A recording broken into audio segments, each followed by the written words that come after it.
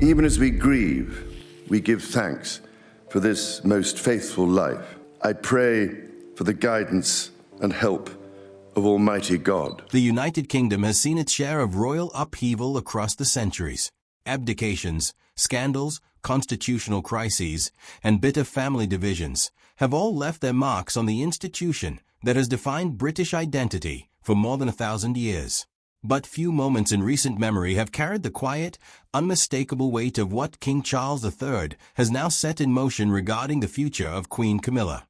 Across Britain, in living rooms, newsrooms, and palace corridors alike, one question is dominating every conversation. What exactly does this mean for the woman who fought so hard and waited so long to stand beside the king? To understand the magnitude of what is unfolding, it is important to step back and appreciate just how extraordinary Camilla's journey to the throne truly was. For decades, she was one of the most controversial figures in British public life. The British people adored Princess Diana with a fierceness that bordered on devotion, and when the details of Charles and Camilla's long relationship became public knowledge, the backlash was severe.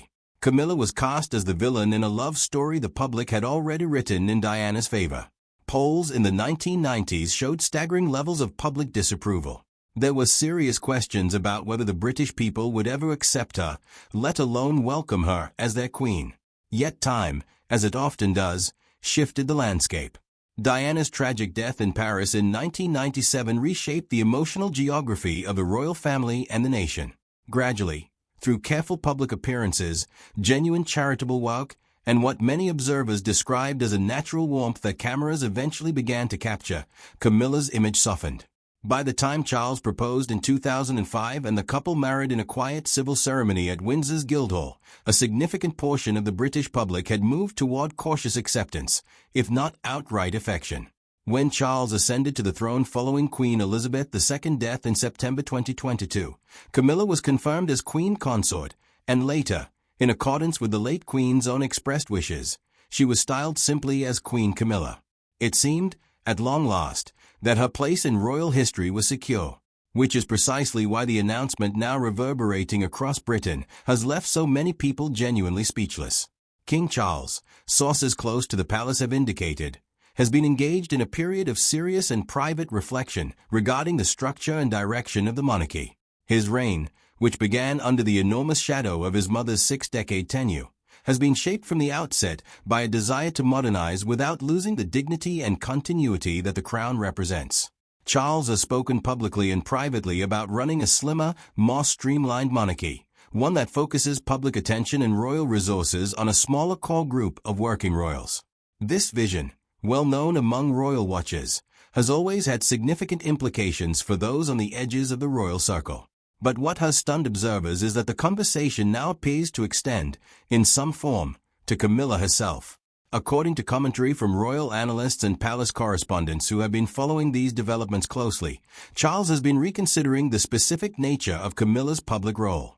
The details, as with all matters of genuine royal sensitivity, remain carefully guarded. But the broad contours of what is being discussed represent a meaningful shift. There are credible indications that Charles has been exploring a restructuring of Camilla's official duties and public-facing responsibilities, a move that would redefine her position in ways that are both symbolic and practical. This is not, those close to the situation are careful to emphasize, a story of personal rupture or marital collapse. Charles and Camilla's relationship, by every credible account, remains one of genuine companionship built across many decades. But the monarchy is not simply a marriage. It is an institution with its own imperatives, and Charles has always understood that with uncomfortable clarity. The broader context here is also essential. Charles has been navigating a health challenge that has brought questions of royal succession and continuity into sharp public focus. His cancer diagnosis, which was disclosed to the public in early 2024, prompted an outpouring of public sympathy and simultaneously forced the palace to confront questions about how the institution would function and evolve in the years ahead. Prince William and Princess Catherine have stepped into increasingly prominent roles, and the public response to their work has been warmly positive, particularly following Catherine's own health challenges, which she navigated with remarkable poise and transparency. The gravitational center of public affection and royal relevance has been shifting steadily toward the Wales family, and any thoughtful restructuring of the monarchy would naturally account for that reality. It is within this landscape that Charles's deliberations about Camilla's future must be understood. The question is not whether Camilla has served the crown. She has, and by most measures she has done so with genuine dedication. Her work supporting literacy initiatives, her patronage of dozens of charitable organizations, her hosting of key diplomatic events have all formed part of a substantial royal contribution. But Charles, who has spent his entire adult life thinking about what the monarchy must become to survive the 21st century, appears to be asking a deeper and more uncomfortable question: what form of royal life best serves the institution going forward, and what role, if any, does Camilla's public profile play in that future? Prince William's perspective on these matters carries considerable weight, both because of his position as heir to the throne and because of his proven capacity for thoughtful, long-term thinking about the crown's direction.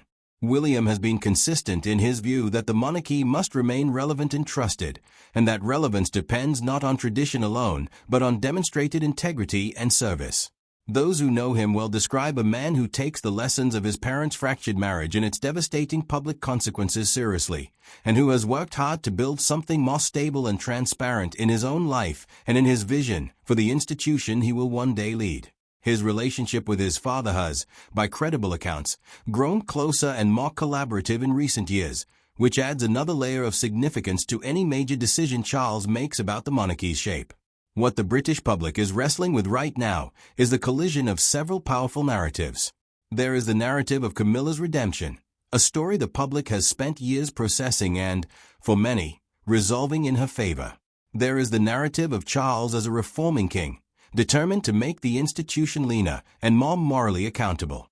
There is the narrative of William and Catherine as the future, bright and composed and already preparing for a reign that is not as distant as it once seemed.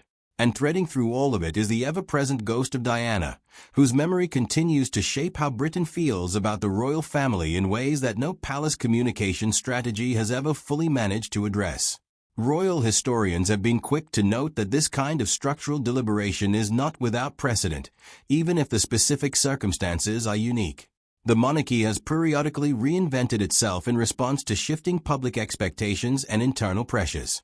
Queen Victoria's long withdrawal from public life following Prince Albert's death was eventually overcome.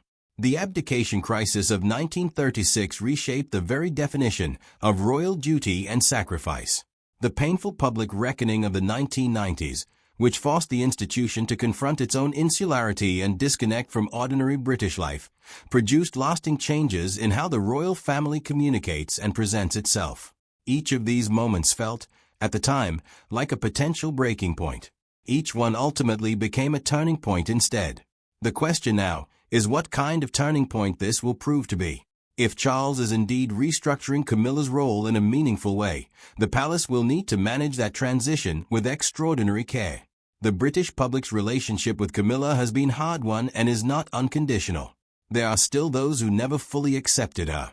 There are others who came to genuinely respect her. And there is a broad middle ground of people who simply moved on, accepting the reality of her position without investing deeply in her public persona.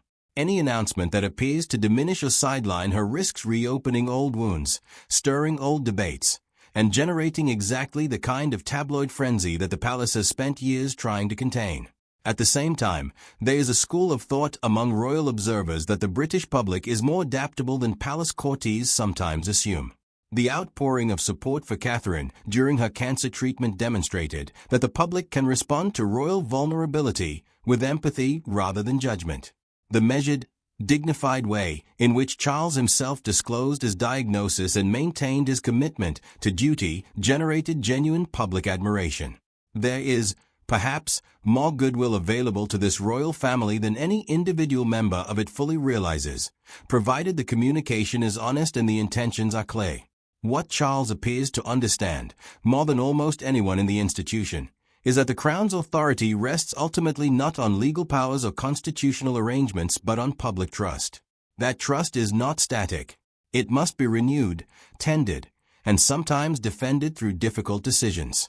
If he has concluded that the monarchy's credibility and coherence require a recalibration of Camilla's public role, then that conclusion has almost certainly been reached after long and painful deliberation. This is not a man who makes such choices lightly. His entire life has been a study in the weight of royal decisions and the cost they extract from the people who must make them.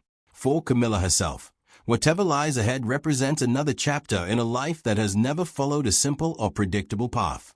She has shown, across many decades and through circumstances that would have broken many people, a quality of resilience that is genuinely impressive regardless of one's view of the choices that preceded it. Whatever the announcement means for her official title or public duties, it does not erase what she has built, the relationships, the charitable work, the quiet influence she has exercised on cultural life in Britain. As Britain waits for greater clarity, one thing is already evident. The monarchy under Charles III is not content to simply maintain the status quo. It is an institution in active, deliberate evolution, driven by a king who has thought harder and longer about what the crown must become than almost anyone alive. The announcement about Camilla's future, whatever its precise final form, is best understood as part of that larger story. A story about an ancient institution trying, with all its contradictions and complications fully intact, to meet the demands of a changed and changing world. The church bells still toll across London. The palace gates remain closed to casual scrutiny. But inside, history is being made, quietly, deliberately, and with the full understanding that what happens next will be written about for generations to come.